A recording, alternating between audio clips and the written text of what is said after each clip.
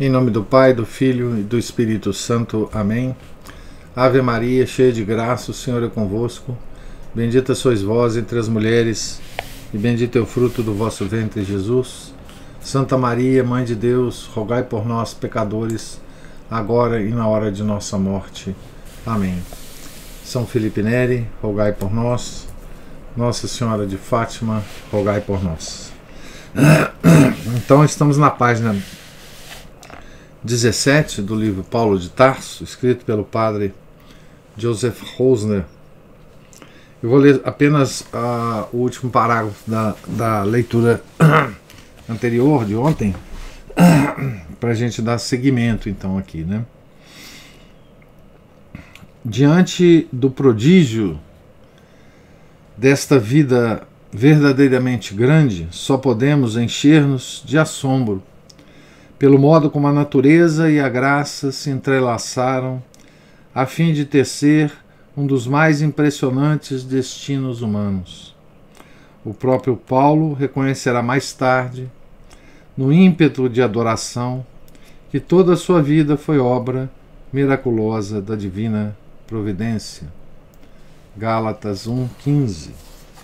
Olhando para trás, podemos dizer que Tarso se ergue diante dos nossos olhos como que predestinada para dar vida ao homem que devia tornar realidade o testamento de Alexandre Magno, unindo espiritualmente o Oriente e o Ocidente e tornando verdadeira aquela visão do Senhor. Muitos virão do nascente e do poente para tomar parte no festim do reino dos céus com Abraão, Isaque e Jacó. Mateus 8:11. Educação judaica em Tarso. Filipenses 3:5.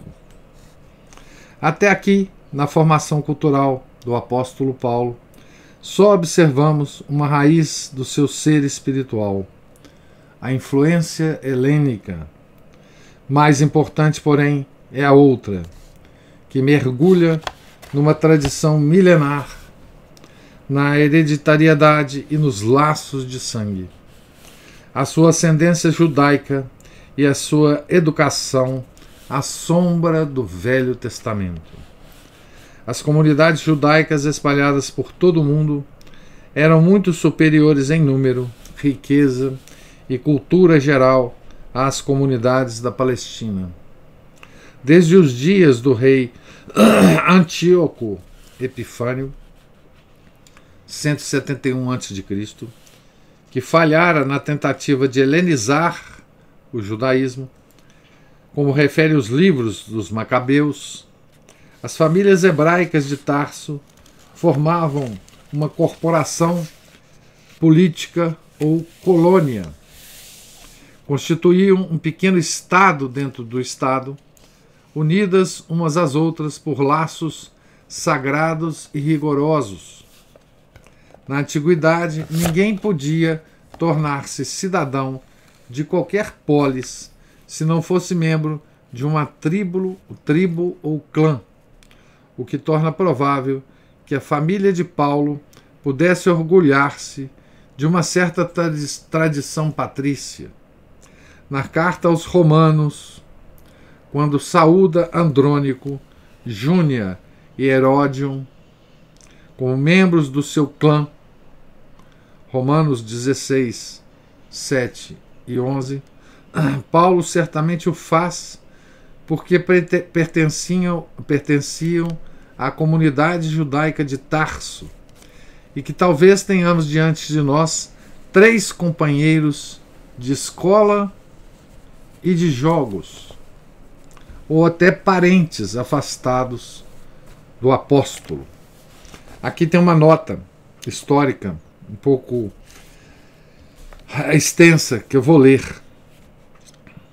A diáspora começou já no século 7 a.C., quando um grande número de judeus emigrou para o Egito, e voltou a crescer quando a população judaica foi conduzida em massa à Babilônia e ao Império Persa, onde a maior parte se estabeleceu definitivamente.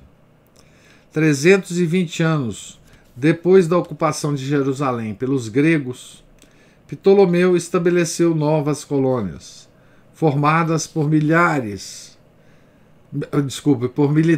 desmobilizados no Egito, Alexandria, em Cirene e na Líbia. E Antíoco III levou 2.000 famílias à Frígia e à Lídia. Mais tarde, encontramos colonos judeus em toda a Ásia Menor, em Chipre, Creta e nas demais ilhas do Mar Egeu, bem como na Grécia, Itália e Espanha. Além disso, devemos ter em conta também os inúmeros judeus cativos deportados por Pompeu, que logo recuperaram a liberdade e receberam a cidadania romana. É provável que entre eles figurassem os avós ou os pais de Paulo. Estima-se que os judeus da diáspora chegaram a constituir cerca de 7% da população do Império. Isso aqui é muito importante para várias outras coisas, mas é importante a gente saber que 7% da população do Império, né, eram os judeus na diáspora. Houve dois tipos de judeus da diáspora: os helenistas e os do Talmud. Foi no seio do judaísmo helenístico, amplamente aberto à cultura grega, que se levou a cabo a tradução do Antigo Testamento para o grego, a assim chamada versão dos 70, ou Septuaginta. Também foi ali que nasceu parte da literatura sapiencial, os livros da sabedoria e dos provérbios, bem como, e não em último lugar, as ideias do Logos, Verbo de Deus, e do Pneuma, Espírito ou Hálito de Deus, às quais os apóstolos João e Paulo conferiram o seu pleno significado. Esta elevada forma cultural, que, como vimos, influiu decisivamente na formação de Paulo, seria substituída mais tarde pelo judaísmo do Talmud. Os judeus da diáspora mantinham estreita relação com a comunidade mãe de Jerusalém por meio das peregrinações anuais e da contribuição para o templo por intermédio dos pregadores ambulantes fariseus. Aqui tem uma referência a eles em João 7,35. E das cartas circulares enviadas pelo Sinédrio e, sobretudo, pela concentração exclusiva do culto de Javé em Jerusalém, decretada em 621 a.C. Para assombro dos gentios, celebravam somente um serviço divino doutrinal, desprovido de imagens, templos e sacrifícios, nas sinagogas e casas de oração espalhadas como uma rede por todo o império. Esse judaísmo adquiriu grande influência no mundo pagão através da propaganda literária, que, mediante hábeis ficções, procurava demonstrar a cultura superior de Israel, e também graças a uma incansável atividade proselitista, de que nos informa o próprio Senhor. Mateus 23:15. Por outro lado, as doutrinas da diáspora misturavam-se. Nas doutrinas da diáspora misturavam-se os mais nobres ideais com as aberrações mais vulgares. Não sabemos se o judaísmo granjeou mais adeptos entre as pessoas de natureza mais nobre, graças aos sublimes textos da Sagrada Escritura, ou entre os tipos superficiais, com as suas superstições, a feitiçaria, a prática da adivinhação e o insidioso atrativo das doutrinas gnósticas, contra as quais Paulo teve de lutar tantas vezes. Aqui ele cita Paulo falando sobre essas doutrinas, né, em Efésios, Colossenses e as epístolas pastorais.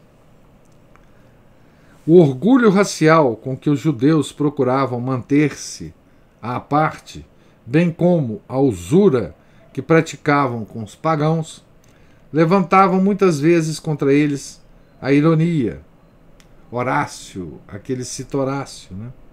A calúnia.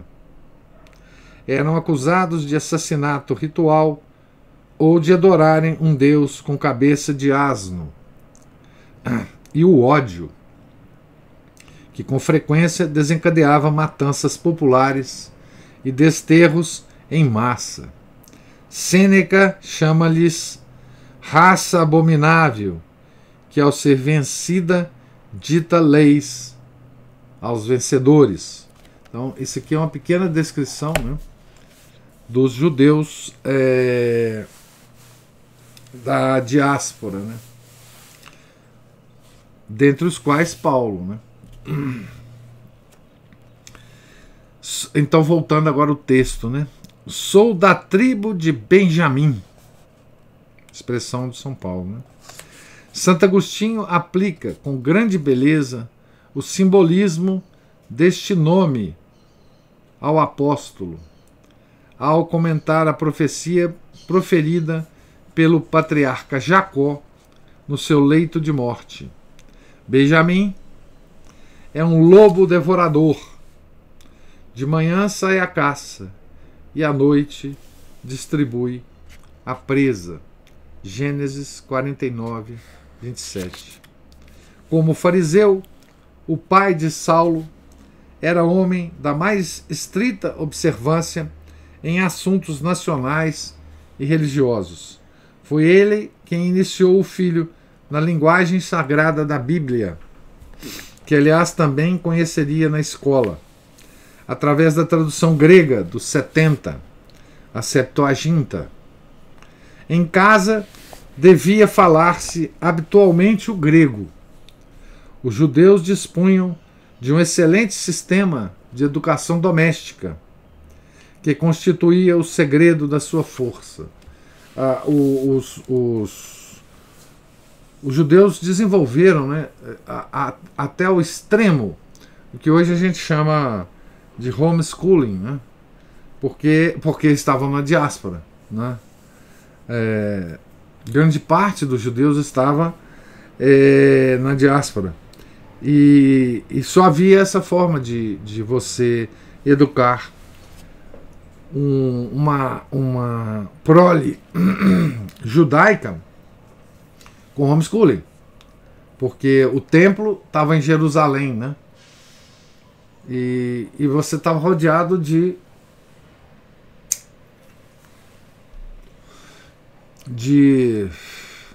uma cultura que não te pertencia, né? E, portanto, o homeschooling sempre foi uma tradição nas famílias judaicas, né? Até pouco tempo, porque também tudo nesse mundo louco se deteriorou, né? Mas então, o homeschooling não é uma tradição católica, né? Mas uma tradição judaica, né? Hoje a gente vê muito, né? Uma discussão do homeschooling para os católicos, né?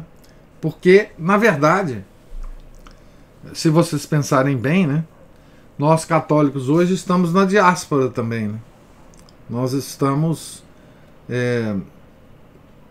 espalhados pelo mundo e, de alguma forma, nossa ligação, né, com a cultura se interrompeu, né? A cultura nossa que nos envolve é pagã, né?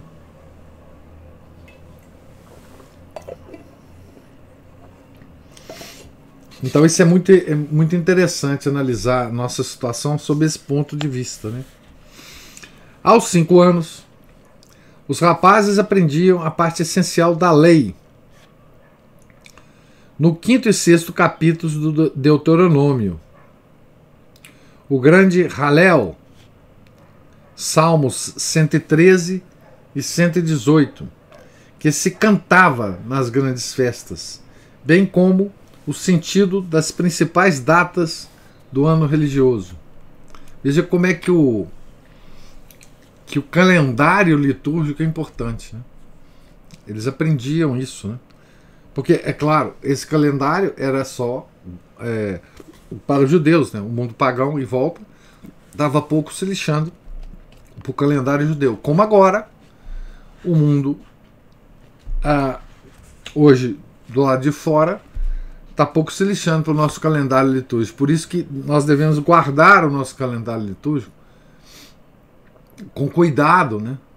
Lermos o martirológio, fixarmos as datas dos nossos santos, né? E acompanhar ao longo do ano as festas católicas, né? E os 4 grandes períodos do nosso calendário, né? É assim que a gente vive a nossa religião, né? Aos 6, Saulo, 6 anos de idade, né? Saulo passou a frequentar a chamada vinha. Hoje diríamos o jardim de infância. A escola da sinagoga anexa à mesma. Era acompanhado por um escravo, o pedagogo, que lhe levava a mochila e os apetrechos de escrita, conduzindo todas as manhãs através das ruas movimentadas da cidade. Ali, sentado no chão, com uma tabuinha de cera sobre os joelhos e o estilete de ferro na mão, misturado com as outras crianças, Saulo aprendeu a história do seu povo. Os primeiros anos de escola eram consagrados exclusivamente à história sagrada. Só a história sagrada. É o que se aprendia na escola, né? Foi lá que a criança compreendeu como era excepcional a situação do seu povo entre as outras nações, e a sua imaginação infantil pôde exaltar-se com os triunfos e comover-se com as desgraças dos seus ancestrais. Todos os dias trazia para casa uma nova história que lhe fornecia matéria para abundantes reflexões, e ressoavam aos seus ouvidos os cânticos de louvor a Sião e as lamentações da Babilônia. Mas os professores falavam-lhe também do futuro do seu povo. Um dia haveria de chegar o rei Messias, que tomaria de assalto o mundo com sua espada miraculosa, mais forte e refulgente do que a lança de Apolo, o tesouro mais precioso e mais religiosamente guardado da cidade de Tarso, a espada de Apolo. E então o mundo inteiro se voltaria para o Senhor Deus de Israel em Jerusalém, e o próprio imperador viria de Roma adorar o grande rei. Os camaradas gregos de Saulo, seus companheiros de brincadeiras, talvez olhassem com certo desprezo aquele hebreu, mas o pequeno sabia muito bem que pertencia a um povo que já podia orgulhar-se de sua longa história, quando Roma e Atenas não passavam de pastagens por onde vagueavam os carneiros. Enquanto aqueles rapazes pagãos brincavam de Cipião e Aníbal, ou sonhavam com Alexandre e César, a ardente fantasia do jovem judeu dirigia-se para os patriarcas Abraão e Jacó, à frente das suas caravanas de camelos, ou acompanhava José junto das pirâmides do Nilo, ou ainda despedaçava com Davi e Sansão o gigante e os milhares de filisteus. Enquanto os companheiros compunham trabalhos escolares sobre as aventuras pouco edificantes de Júpiter, ou lamentavam os desgostos de Dido, Saulo estremecia de sagrada emoção diante do Deus do seu povo, cujo nome é santo e inefável. Veja aqui o contato, né, que Paulo tinha com os companheiros de brincadeiras que eram pagãos, né? E veja como a educação dele, né, o protegia da influência do paganismo, né? Isso é tudo que as nossas crianças hoje passam, né? Desde que elas tenham uma boa educação católica, né? Aqui vocês vejam que ele aprendia isso nas escolas religiosas que eram construídas em torno das sinagogas, né? Tá certo? Como depois irá acontecer com o cristianismo, com as escolas que se formariam em torno das igrejas, né? Tá certo? Então, aqui nós podemos aplicar, né, às nossas crianças hoje o mesmo estilo de vida, né, e de contato com o mundo, né? E por isso essa formação do Paulo judaica era tão importante para formar, né, esse homem, né? Como é importante para nós a nossa formação das nossas crianças, né? A formação sólida dentro da nossa religião, né? Porque aí o contato que elas têm com as outras crianças não poderá mais desviá-las, né?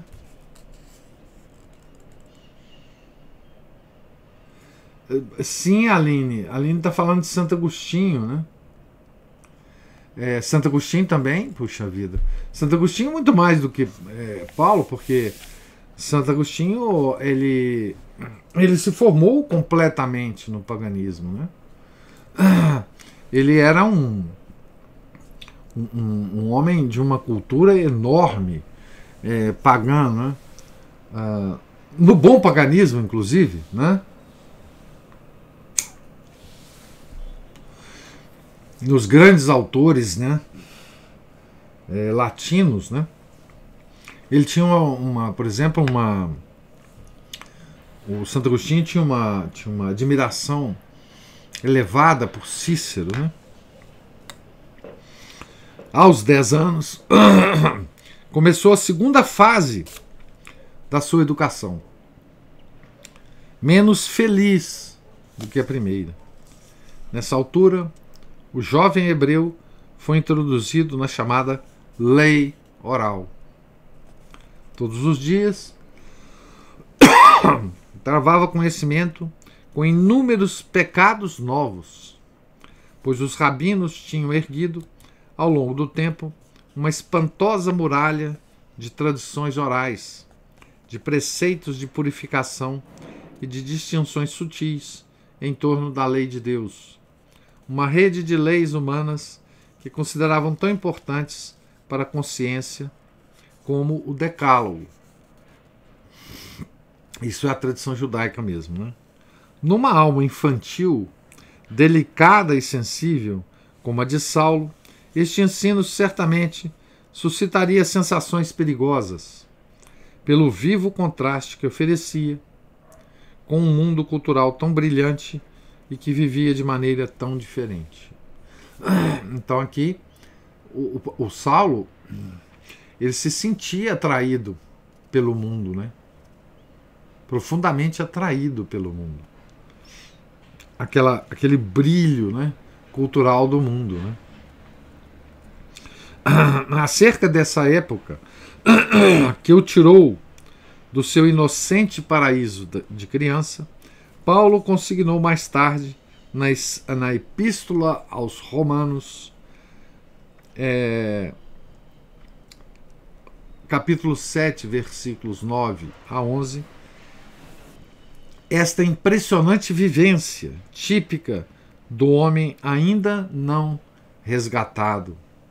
Abre aspas. Eu outrora vivi sem lei.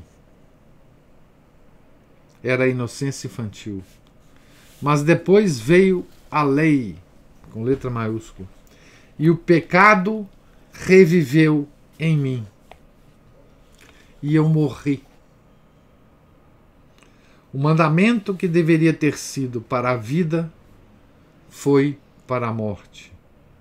Porque o pecado, servindo-se do mandamento, seduziu-me e por ele me matou.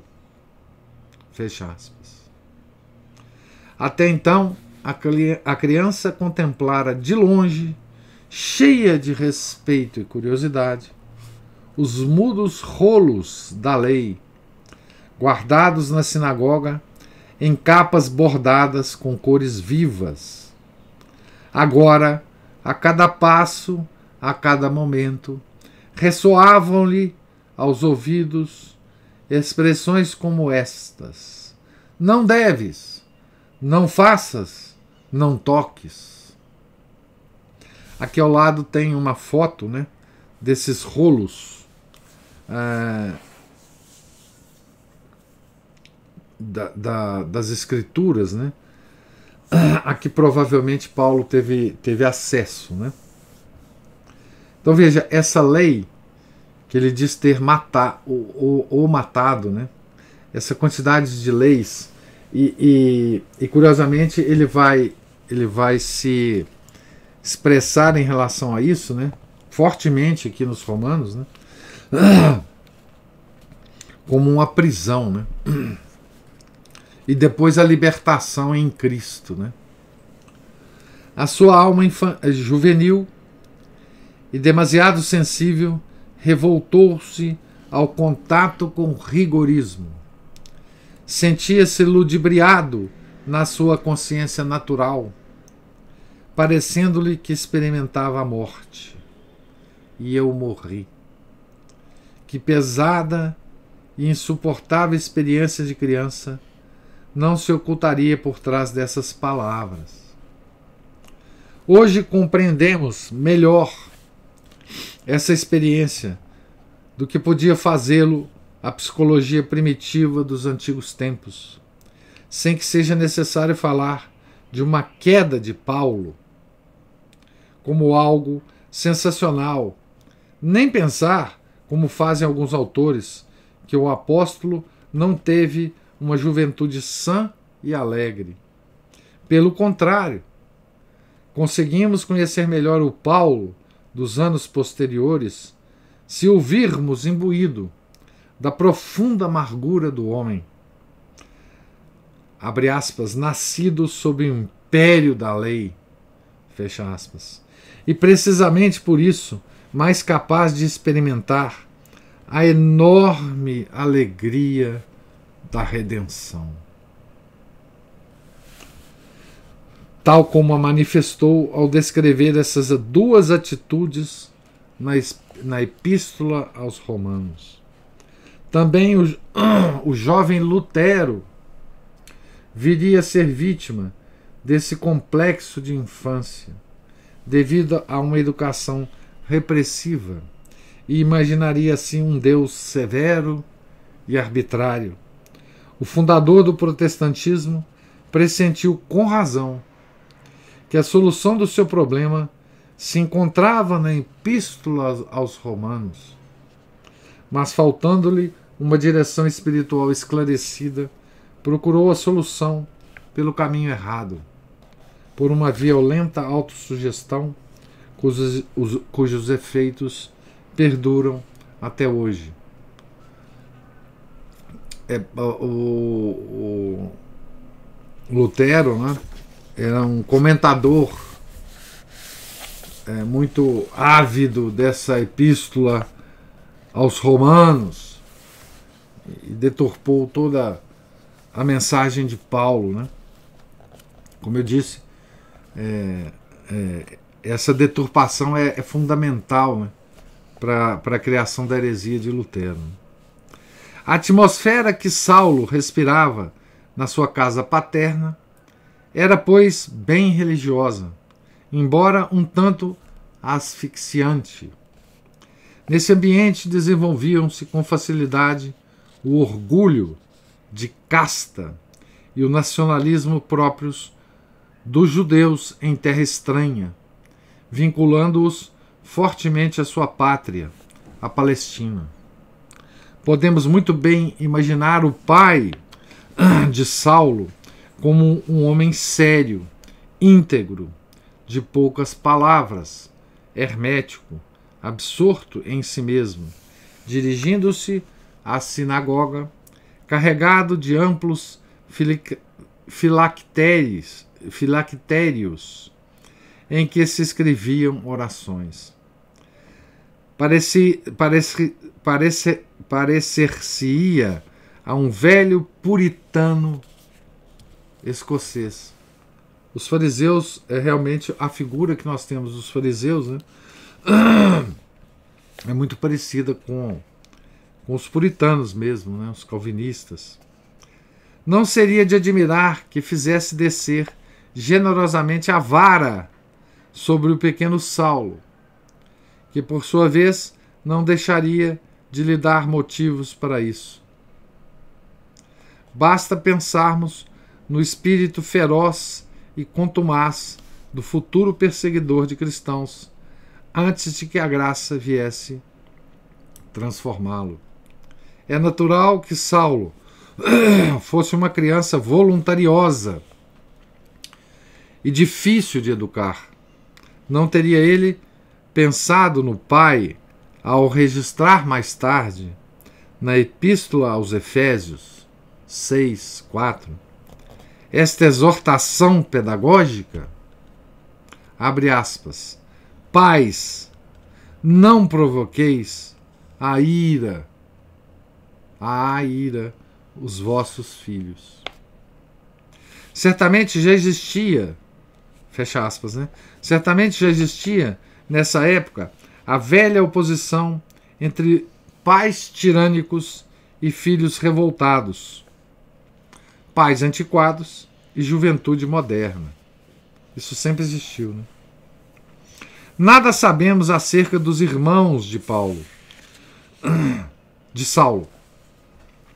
Só conhecemos, note que aqui o padre Rosner, ele usa sempre a denominação Saulo e Paulo para indicar a vida antes da queda na estrada de Damasco, né? E Paulo para indicar o convertido, né? Normalmente ele vai fazer isso ao longo do livro. Não sabemos acerca dos irmãos de Saulo. Só conhecemos uma irmã que encontramos mais tarde casada em Jerusalém. Atos 23:16. É pena também que não saibamos nada da sua mãe, pois é sempre com proveito e prazer que conhecemos as mães e a herança materna dos grandes homens. O apóstolo nunca se refere à sua mãe. Possivelmente morreu muito cedo, e o rapaz teve de crescer sem conhecer o seu amor. Talvez se explique assim o fato de se mostrar tão sensível e grato à maneira feminina e materna com que foi tratado pela mãe de Rufo. Romanos 16:13. Nas famílias dos fariseus reinava outrora esse princípio saudável e de sabor tão moderno. Abre aspas. É belo o estudo da Torá, da lei, unido a uma ocupação profana. Fecha aspas. Segundo todas as aparências, o pai de Saulo era um abastado mercador de tecidos e fabricante de tendas. E se é verdade que a tecelagem manual, bem como a atividade de curtidor de peles, eram considerados desprezíveis pelos rabinos, na realidade de ambas as profissões sempre encontravam adeptos. Assim, em Jope, Pedro morou na casa de um curtidor judeu. Atos 9, 43. Na oficina do pai, o jovem Saulo aprendeu com os operários e escravos a tecer o pano para as tendas, feitos com o célebre pelo de cabra da Cilícia, e sabia também cozer os pedaços para o fabrico de tendas. Ainda hoje os pastores da Cilícia usam capotes de pelo de cabra, impenetráveis à chuva, tão espessos e rígidos que se conservam de pé como se fosse uma tenda. E de certo foi de um manto assim que Paulo se serviu mais tarde nas suas viagens através do Tauro. 2 Timóteos 4:13. Bendito pelo de cabra, o da Cilícia. Quantas vezes o rapaz não terá ferido as mãos ao tecer? Para exercer um ofício tão duro, se mais tarde, segundo se podia prever, não necessitaria dele para nada, já que estava chamado a ser um célebre rabino. Quer dizer, para que aprender isso, né? Nessa altura, Saulo não podia antever o dia em que teria de recorrer a esse ofício manual, e que havia de ser precisamente esse trabalho que lhe permitiria conhecer Áquila e Priscila, seus futuros colaboradores, em cuja oficina viria a trabalhar. Nem de longe podia animá-lo o pressentimento dessas noites maravilhosas em Éfeso, em que as suas mãos deslizariam mecanicamente sobre o pano pousado nos joelhos, enquanto falaria, cheio de entusiasmo, com Apolo, sobre a ação do Espírito Santo, que vai tecendo a sua obra nas almas. Ou aludiria alegremente ao Logos eterno, que, abre aspas, se fez carne e levantou a sua tenda entre os homens, fecha aspas, João 1,14. Olha como Paulo usa as metáforas, né, da sua vida, da sua juventude, né? Como é que ele usa justamente naquela audiência, né, que o entenderá perfeitamente, né? Assim se dão as mãos a natureza e a graça, o livre-arbítrio e a divina providência, bordando a trama divina sobre a talagarça humana com a celeridade da lançadeira do tecelão. Ao voltar mais tarde o olhar sobre a sua existência e a de seu povo, Paulo escreverá, trêmulo de emoção, essas palavras, abre aspas, ó insondável profundidade da riqueza e da sabedoria e da ciência de Deus. Quão insondáveis são as suas decisões e impenetráveis os seus caminhos. Fecha aspas. Romanos 11, 23. À tardezinha, sentado junto da irmã, no terraço plano da casa, devia contemplar ao longe a neve reluzente do Tauro, enquanto o pai lhe contaria que por trás daquelas montanhas habitavam os Licaônios e os Gálatas lendários, todos votados à perdição, pois não conheciam o Deus de Israel. O juvenil espírito de Saulo ignorava ainda a grande ideia arrebatadora do reino de Deus, em que todos se encontrariam acolhida. De tempos a tempos, atravessavam o Tauro caravanas de camelos e mulos, aproveitando as antiquíssimas passagens através das montanhas. À frente marchava, como ainda hoje acontece, um velho burrico, tateando o terreno com toda cautela. Os mercadores, falando um dialeto horrível, entremeado de palavras célticas, entravam na loja do pai para lhe venderem fardos de lã, de carneiro e de pelo de cabra, e o rapaz escutava-os, pasmado, sem pressentir que um dia esses rudes gálatas haviam de ocupar-lhe o coração. Não esqueçamos que, enquanto o jovem tecelão trabalhava na oficina do pai, lavando à noite as mãos fatigadas e sonhando com povos distantes, ao longe, numa pequena aldeia da Palestina, um outro rapaz, alguns anos mais velho, guardava também, àquela hora, os seus utensílios de trabalho. O jovem de Tarso não sabia da existência do carpinteiro de Nazaré. Todavia, quando este se estendia sobre o leito para descansar, talvez os seus lábios já formulassem uma oração ao Pai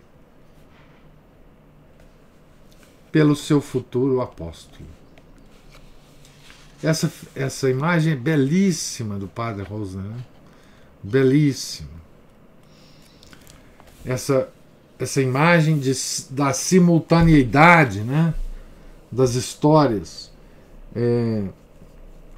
do Nosso Senhor em Nazaré, um carpinteiro, não é, desconhecido do mundo, e o nosso apóstolo, Paulo, também, não é, um desconhecido do mundo, também aprendendo um ofício, né, que depois ele vai usar, né, ambos afastados geograficamente, né, mas certamente, né, Nosso Senhor já se preocupava com tudo que ia com ele ocorrer e certamente se preocupava com a religião que ele ia fundar e obrigatoriamente ele se preocupava com Paulo, né?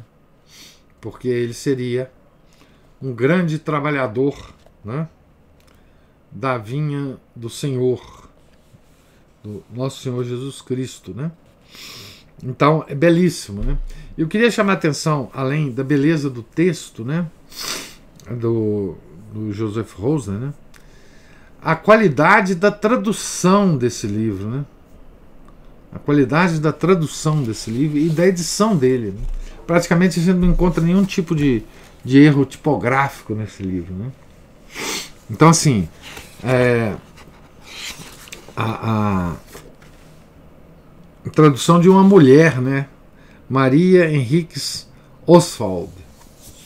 Essa tradução é memorável, né? Dessa obra aqui. Belíssimo texto também, né?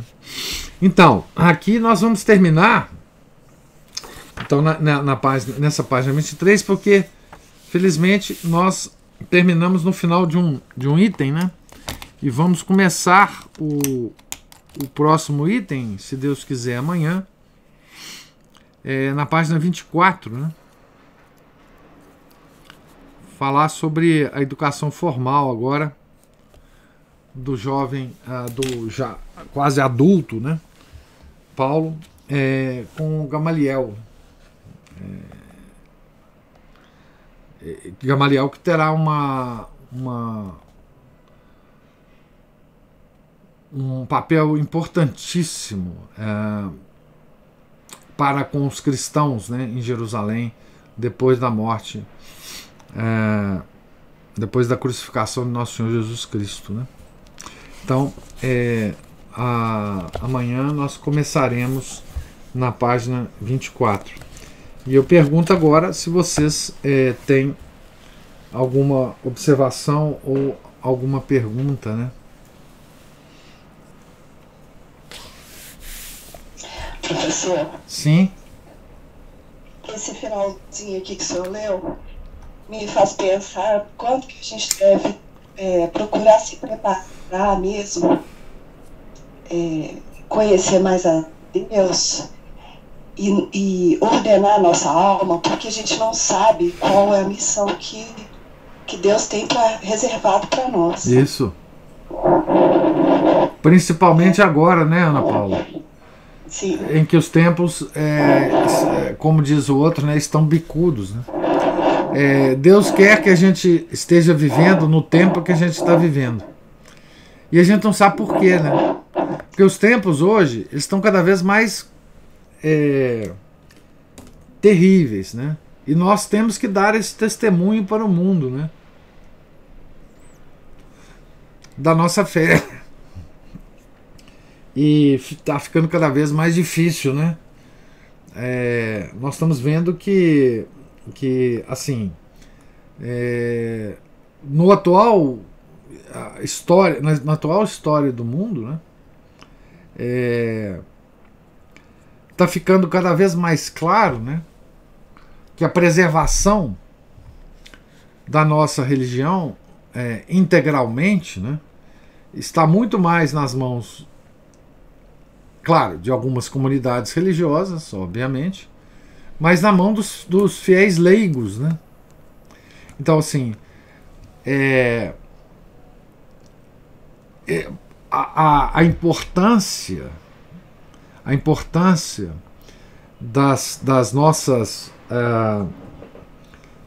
do nosso apostolado hoje em relação aos fiéis leigos cresce cada vez mais, né? Porque a integralidade da nossa religião, se nós formos passar essa integralidade para as gerações posteriores, né,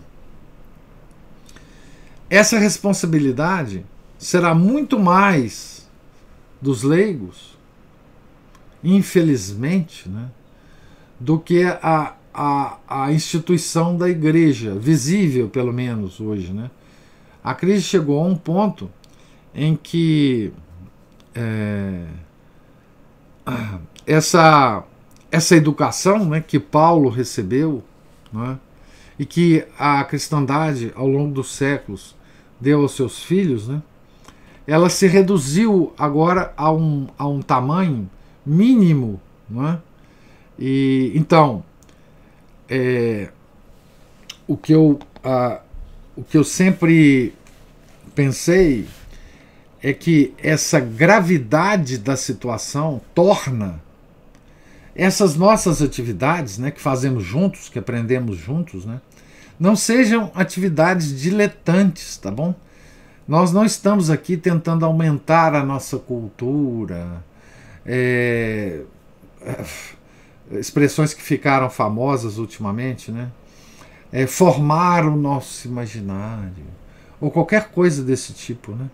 Nós estamos lutando pela sobrevivência da herança religiosa que nós recebemos, da sobrevivência de uma herança sagrada que nos foi dada pelo próprio Deus encarnado, né? Que hoje está desaparecendo, pouco a pouco, de todos os lugares, né? Então, ela há de sobreviver, né, nos nossos lares e em pequenas comunidades, infelizmente, né? Isso aumenta muito a nossa responsabilidade, né? Nós não estamos estudando por curiosidade, nós não estamos nos formando para alguma profissão ou para alguma, a não ser a profissão de fé, né? Para alguma profissão profana, né? Nós temos que ser, infelizmente, com todas as nossas incapacidades, nós temos que ser os propagadores dessa luz que está extinguindo no mundo, né? Essa luz que está extinguindo no mundo. Nós não podemos deixar que ela se apague, né? É como se a gente estivesse cuidando de luzeiros, né, que estão diminuindo em número no mundo. E essa luz ela há de seguir, né? E nós temos o fogo que acende essas luzes para nos consolar e para nos dar força, né? Então, assim, nós temos, infelizmente, essa responsabilidade que Deus quis nos colocar, né? De colocar nos nossos ombros, né? Então, e nós precisamos desses exemplos, né? Dos santos, né? Para isso. A Aline fala assim: professor, um pai exemplar, o de Saulo, deu educação e pôs o filho para trabalhar. Hoje não seria nada fácil, um desafio para os pais atualmente terem filhos grandes. Lembrei da passagem aí daquele que tirem filhos, alguma coisa assim. Não entendi a passagem que você lembrou. Aqueles que tiverem filhos numa época difícil, não é daqueles que tiverem filhos. Ah, pois é, isso foi a profecia de Jerusalém, né, de Nosso Senhor. Mas, Aline, pois é, né, o pai de Saulo. Eu não sei se o pai foi exemplar de Saulo, né, a gente tem muito pouca... Ele foi um fariseu, não é? Que cuidou muito bem da educação do filho dentro do horizonte mental que ele tinha dentro do judaísmo. Isso certamente ele foi, né? Agora, bom, é o que se pede de nós, né? Com os nossos filhos, né? Que nós cuidemos deles para propagar a nossa fé, né? É difícil, é claro que é, né? Porque, veja, mesmo na época de Paulo, o mundo todo em torno de Paulo não era judaico. Como o mundo não é mais cristão à nossa volta, né? Então, assim, muitos falam que nós estamos vivendo exatamente como o início do cristianismo, né? Só que no ponto reverso, né? Belo que tem uma metáfora muito interessante, né? Ele dizia assim que a gente subiu uma montanha, né? Chegou ao cume e agora nós estamos descendo, né? E nós estamos no nível da montanha, nós estamos talvez no mesmo nível do paganismo, só que do outro lado da montanha, né? E o nosso paganismo hoje, quer dizer, o paganismo em que a gente vive, não é o mesmo paganismo anterior, né? Porque o paganismo anterior, ele não conhecia nada do cristianismo. O cristianismo era uma novidade para ele, né? Então, esse paganismo anterior, ele foi encharcado de cristianismo e se converteu. O nosso paganismo é um paganismo gerado pela recusa do cristianismo. Então, é um paganismo pós-cristão. Ele nos conhece muito bem, esse paganismo nos conhece muito bem, nos recusa terminantemente. Ele não quer saber de nós. O outro paganismo não. O outro paganismo encarou o cristianismo, a religião nascente, com extrema curiosidade. E claro, com também ferocidade, né? Daí tá aí o número de mártires, né? Mas o nosso paganismo hoje é um paganismo que recusa a nossa atenção, né? Ele sabe do que nós estamos falando e é isso exatamente o que ele não quer. Então essa característica do paganismo moderno, ela é muito importante, porque eles recusaram Deus já há 300, 400 anos, verbalmente, né? Socialmente, politicamente. Há uma recusa de Deus. E diante dessa recusa, que é uma que vai levá-los todos a uma impenitência final, né? Pouco a gente pode fazer além de preservar-nos dentro das nossas famílias, das nossas comunidades, né? Essa fé que nós recebemos dos nossos pais. Não tem outra coisa para fazer. E rezar para Deus para que amoleça o coração desses pagãos pós-cristãos, para que alguma luz entre neles, né? Enfim, é a única coisa que a gente pode fazer. Agora, a gente aprenderá muito com Paulo, justamente porque ele viveu não só uma vida pregressa, que ele teve que se penitenciar dela depois, né? Como é a vida de nós todos, né? Como também a força que ele teve, né? A montanha que ele foi, né? Para evangelizar os povos, né? Certo? Enfim, eu espero que a gente encontre aqui força, né?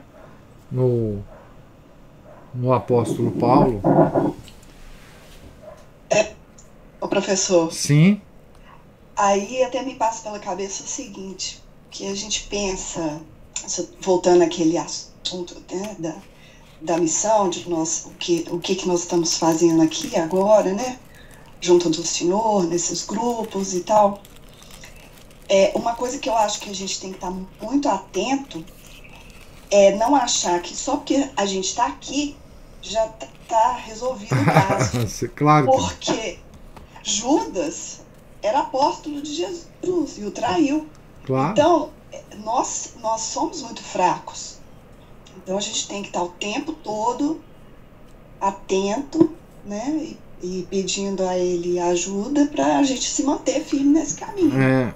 Aos que estão em pé, cuidado para não cair, não é isso? Isso. Sempre é assim, né? Orar e vigiar, né? Porque... Outro exemplo achar que a gente está pronto, né? Outro exemplo bíblico é Salomão, né? Salomão também é um exemplo para nós, né? Enfim, essa coisa de acreditar que nós já estamos lá no céu, não é? É o maior erro que a gente pode cometer, né? Ou que nós somos melhores que os outros, né? Que não estão... aqui, né? Exato, levantando cedinho e ouvindo a leitura com o Senhor. Como se fosse, né? como se isso fosse alguma coisa, né? Em relação à graça de Deus. Isso tudo faz parte de um dia a dia que cada um escolhe para si, não é? Mas isso não é nada em relação aos desígnios de Deus, né? E as provas que nós temos que dar diariamente da nossa devoção a Ele, né? Da nossa responsabilidade de carregar na nossa vida, né? A nossa devoção a um Deus que morreu por nós, né? Quer dizer, esse período que nós acabamos de viver agora é um período exatamente dessa reflexão, né? Nosso Deus morreu na cruz por nossos pecados, né? Pelos pecados que nós cometemos hoje, né? A cruz é uma história que não terminou, né? A história que ocorreu num certo momento, né? É uma história eterna, né? Ela não essa é um evento histórico que transcende a história, né? Esse evento histórico não acaba e não acabará nunca, né? Até o juízo final, né? Esse evento da cruz, da crucificação de Nosso Senhor, é um evento que não termina nunca. exceto depois do juízo final, né? Porque, se vocês pensarem bem, é uma coisa tão extraordinária esse evento, né? Que não termina. Imagina, é o único evento histórico que não terminou. Tá? E o que nós vivemos até hoje, esse evento, né? Verdadeiramente nós vivemos esse evento, né? No sacrifício da missa, né? Então, esse evento não terminou. Então, como ele não terminou, nós não podemos nos achar herdeiro desse evento, porque ele não terminou. Nós temos que dar prova de que nós somos herdeiros desse evento a todo momento da nossa vida, né? Essa história que o mundo moderno encara como uma história da carochinha, né? A história da redenção, ela não terminou. Ela só terminará no juízo final, né? Então, nós somos herdeiros dessa história que não terminou. Por isso, nós não podemos nos acomodar ou achar que nós somos os bambambãs, né? Porque estudamos, porque temos acesso, porque conseguimos comprar livros, porque somos cultos, porque somos... Isso na história da salvação pode não significar absolutamente nada, além de significar talvez a nossa perdição, né? Porque, como dizia São Paulo, né, a ciência incha. E se ela inchar, se ela nos inchar, aí nós estamos fadados ao inferno. Nós vamos ficar inchados lá de fogo do inferno, né? O que nós podemos é tentar, né? A cada momento da nossa vida, mas sabendo que cada dia tem o seu preço na salvação da nossa alma, né?